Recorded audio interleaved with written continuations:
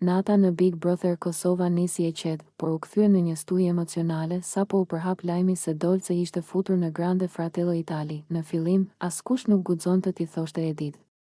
Ai ishte ulur në divan, duke pirë kafen e natës dhe duke qeshur me një batutë të banorëve. Por sapo produksioni thirri emrin e tij, Edi afrohu te ekrani. Ke një njoftim. Të gjithë e ndjen menjëherë që diçka serioze po vinte. Momenti i parë, goditja e lajmit, në ekran u shfaq logoja e Grande Fratellos dhe fytyra e Dolces duke hyrë në shtëpinë italiane, e buzëqeshur, e rrethuar nga banorë të rinj. Edi ngrin krejtësisht, nga sytë i zhduket drita e zakonshme dhe zëvendësohet nga një lloj hutimi i thellë.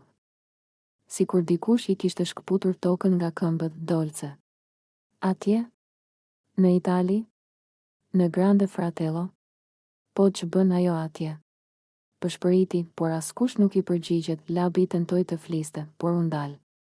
Edin nuk e prisje kur kaq të prekur, në sytë e tij dukej shumë qartë, ai ishte tmerrësisht i frikësuar. Momenti i dytë, xhelozia që shpërthen, edhe pse u përpoq të buzëqeshte, Edi nuk e mbajti dot veten. Ai u ngrit, filloi të ecë rreth tavolinës, të fërkoi duart e të shikoi poshtë sikur kërkonte fjalët. Po pse shkoi ajo?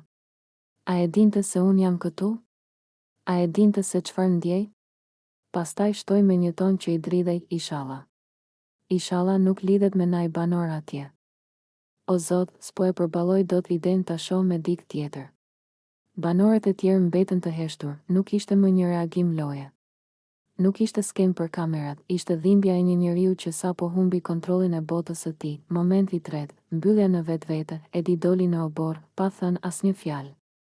Dera u mbyll pas tij dhe u dëgjua vetëm shurma e butë dhe këpucëve të tij mbi tokën e ftohtë. Ai ul në stol, mbështeti bëryllat të gjunjët dhe fshiu syt me dorën e majtë. Kamerat afruan qetë, ai murmuriste, unë nuk e urrej. Absolutisht jo. Unë vetëm kam frikë. Se mos më haron. Se mos dikush tjetër e bën.